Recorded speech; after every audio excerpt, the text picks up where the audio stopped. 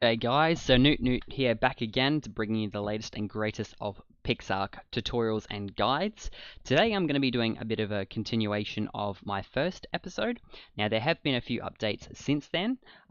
It's essentially I'm doing a video about what creatures can damage what structures and up to what point, as well as testing some magic out on structures and the new cannon. So we had the cannon balls for since release, but they only recently added the cannon in. You couldn't even learn it. You could just learn cannon balls, and there's no point having cannon balls without a cannon. So we're going to test that to see how like Ark it is. And I've done a bit of testing with the creatures, and these are probably the only ones that I've found that actually can damage structures in a decent manner. So they're from the right to left. They're in what they can damage. So I'm going to start at the Doedicurus and move my way across. Yeah, so that's pretty much it. So let's get started. So if I turn fly off, that would help. So I'm going to try with the Doedicurus. Now with the Doedicurus, you can either hit or roll. It'll do damage to the same structures. So with the Doedicurus, they can only damage up to wood. As you can see, the stone didn't get damaged at all, and the iron and the steel didn't get damaged. Now, one thing I did miss out is I don't have, what's it called? Tempered glass, but I will let you know which of these creatures can damage tempered glass. So the next is the fungus beast, which can damage thatch, so it does about 80. It can damage wood, if I can get it right. There's a weird thing with this game where if it's not completely stepping on it, it will. There we go. So it's damaging that at about 80. And if I move over here, come on, did it work with me? You can see it does about 80 on the stone as well, which is a good 80 damage is pretty decent on the lower end. So I mean, these guys are really easy to tame. They're found in most magic areas. They do have a secondary attack, which I'm pretty sure is like a poison attack. Actually, let me just try that quickly. Yeah, it's like a spit attack. I haven't done a test to see what it actually accomplishes, just because yeah, I haven't really found a use for it. Moving on, so we'll try the Ghost Dragon next. So these are a lot harder to tame than the Fungus Beast or Doedicurus, but they also, if you're flying around, they can damage that quite significantly as well, I might add. They can damage wood. If I can get it right, yeah, they do. Yeah, they do quite a more damage than what the Fungus Beast does. And if I just can't get the angle right. Should have made these further apart, that would have helped. And if we have a look, it can damage stone as well. So these three creatures all can damage thatch, all can damage wood, and all but the Doedicurus can damage stone. Now, surprisingly, I did test a few other creatures like the Parasthetherium, the Sauropod, even the Elemental Golem and stuff, and they just can't damage structures at all, like at all. And that surprised me because of the amount of sauropods that come up to early level people's bases and just demolish them. So yeah, these are the only ones that I could find that do decent damage. Now this is my favorite. This guy can literally just put a hole in the ground and damages the structures in one go. So he damages stone in one shot. And in two shots, he can actually destroy tempered glass.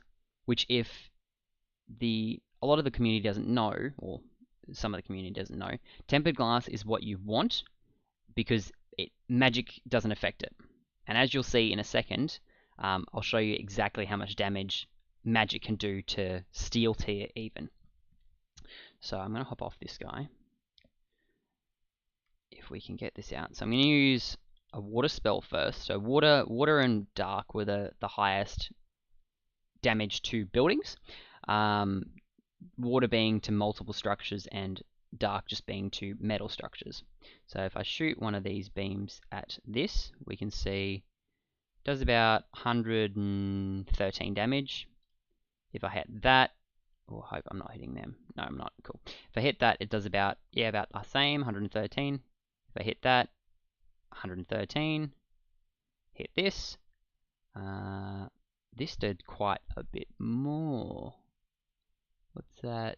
226? Okay, so it does more damage to iron than it does to any of the other structures. So there are spells that work better for stone and wood, so that's understandable. Get it out of the way. Get it out of the way. If we hit steel, it does the same. So you would ideally, actually 113. So ideally this is good for iron foundation, so it does the most damage on iron, and still damages steel, but not as much. And if I had my block here, which should have been, I keep forgetting the name. Should have been tempered glass. It wouldn't have damaged it whatsoever. Okay. Now I'm going to swap to the dark spell. So the dark spell, instead of a projectile, it actually do this, and a ball comes down from the sky and damages it. Now it didn't do any damage to that. Didn't do any damage to that. If I hit a ball there, see if it does any damage. So it didn't do any damage at all. So I have a feeling dark only damages iron. So it only damages metal structures. So that did 300 damage. So that was pretty good. So it's better than the water one, but these ones, the dark essence is harder to find than the water. So I mean, you do you. And then the steel. It does 100. Okay, so you're better off using water, just because of the scarcity of dark. Your water is better, and it still damages the other ones. Okay. Now I'm gonna test this, but I'll see how I go because aim is probably the thing that'll get me. So let's just try and move this down as far as it'll go, just so that I'll damage each structure as it fires. It'll damage each structure. I don't want to try and... Okay, I think that should be enough. Let's see. Yep, and that hit that and destroyed thatch in one go. Let's load up another one. It destroyed the wood in one go, so this is looking good. Did it hit that? I don't think it hit the stone. Let me have a quick look. Nope, didn't hit the stone. Let's try and re-aim this.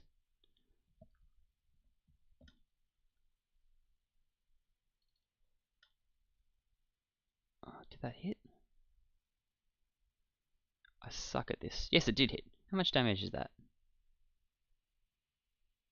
800. So it did 800 damage to this stone foundation. That's actually alright. For the cost of this, though, it's not really what you want. Let's just get this. Might just spawn in some more of these balls just quickly. Just because I probably will be going through some. So 3 cannons to demolish a stone structure. Oh, it was damaging behind it as well. Okay, that's not what I wanted. So what's that? 4,800. Let's see. Is that even hitting that? Okay, 4,800. Let's see what it is now. 4,000. So it does 800 damage to stone and iron. Okay. Ooh. And it finally hit this. So what's that? 13... 800 to... Okay. So it does 800 damage to steel, 800 damage to foundations, iron foundations, and 800 to stone. Now that looks like it actually destroyed 3 blocks as well. So if someone triple layered their walls, you should actually be able to do damage on all 3, which is actually really OP. Let me just quickly work out. I'm just going to quickly work out how many times you'd have to hit a steel foundation to break it. Now obviously you'd be hitting walls, so you won't need as much. 18 cannonballs. Now guys, these are pretty expensive, the balls, so I mean it's higher tier rating that you would use this for. But definitely breaking the glass to be able to actually hit these with your magic is probably your best bet. Because if I swap this to my magic, just go ham. Eventually, I'm going to get in. Now, whether or not you want to spend the water crystals on this, or if you would rather spend it on cannons, this is pretty much the only way, apart from rockets and grenades, to get into a base. I don't even think grenades can damage steel, so it's pretty much rockets, magic, or cannons. And then with the absent, what's it called again? Oh my god, my memory. With the absent tempered glass, the only thing that can damage it would be a cannon, a Mega Rock Dragon, which is good, Mega Rock Dragon, cannon, and grenades, and other explosives like rockets. Yeah, so that's pretty much it for today, guys. I hope I've given you a bit more help. At the end of the video, I'm just going to put a brief summary on what one I would suggest. So it looks pretty much your Mega Rock Dragon are the best for raiding, just because they can damage like pretty much everything apart from your metal tier. In relation,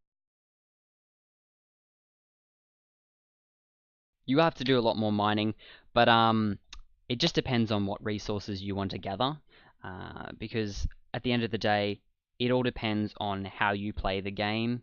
If you want to sit there and mine gems for hours and hours on end, or if you would rather collect resources, it's completely up to you and how you play. Now, as I am a pretty new YouTuber, I would really appreciate it if you could like and subscribe, so that if I can know if you like my content and if you'd like to see it progress. That's all for today, guys. See you later.